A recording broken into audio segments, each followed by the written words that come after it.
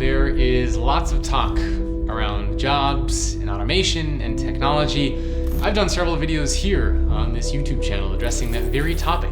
And still the number one concern is, are we going to create more jobs or are we going to replace more jobs?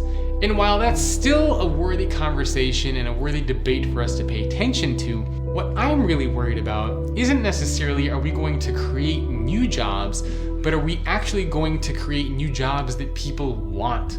What happens if, for example, we do live in a world where plenty of new jobs are created and we don't see this technology and automation job loss, but the new jobs that are created are ones that people don't want? The new jobs that are created are the ones where employees feel like cogs, where they feel upset, where they're disengaged. Are those jobs worth having for us? Are those jobs even worth creating?